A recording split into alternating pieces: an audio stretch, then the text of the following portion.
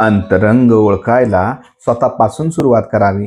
दुसऱ्याच्या मनातले ओळखणे ही फारशी मोठी विद्या नाही. ज्याच्या मनातले ओळखायचे आहे त्याच्या मनाशी आपले मन एकरूप झाले की आपल्याला कळायला लागते. पण अंतःकरण शुद्ध असेल तरच हे साधेल. हे साधण्याच्या काही क्रिया असतात. त्या क्रिया चालू असतात तोपर्यंत ती शक्ती राहते. त्या क्रिया बंद झाल्या की ती नाहीशी होते.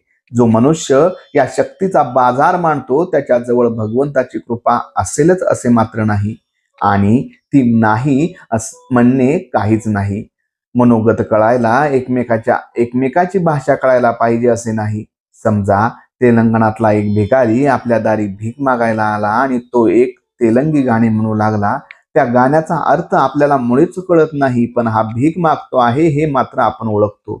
त्याचप्रमाणे मनोगताचा भावार्थ कळतो.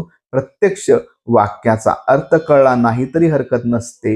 ऐकणारा खऱ्या उत्सुकतेने आला असेल तर सांगणाऱ्याचा भावार्थ त्याला आपोआप कळेल.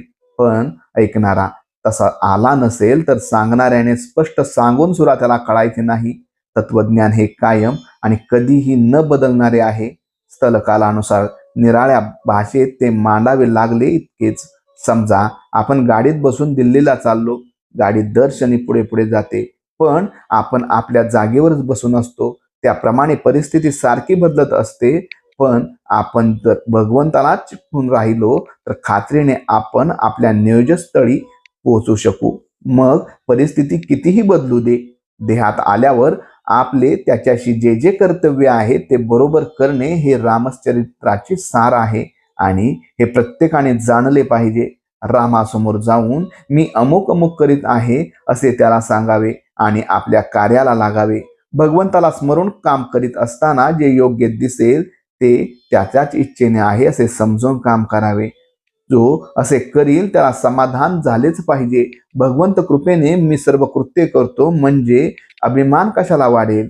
अंतरंग ओळखायला स्वतःपासून सुरुवात करावी. माझे चुकते कुठे ते पाहावे. तर्कशास्त्र शिकून तर्कटी बनू नये. तसेच संतांच्या अनुभवी वचनाकडे फार चिकित्सेने पाहू नये. संतांचे सांगणे अगदी सोप्या भाषेत असते. गंमत अशी की भगवंत आहे की नाही इथपासून लोक चिकित्सेने सुरुवात करतात आणि मोठ्या घोटाळ्यात पडतात, आणि शेवटी आहे तिथेच थांबण्याची त्यांच्यावर पाळी येते. म्हणजे त्यांची प्रगती खुंटते. याकरिता भगवंताची बोट कायम ठेवून चिकित्सा करावी.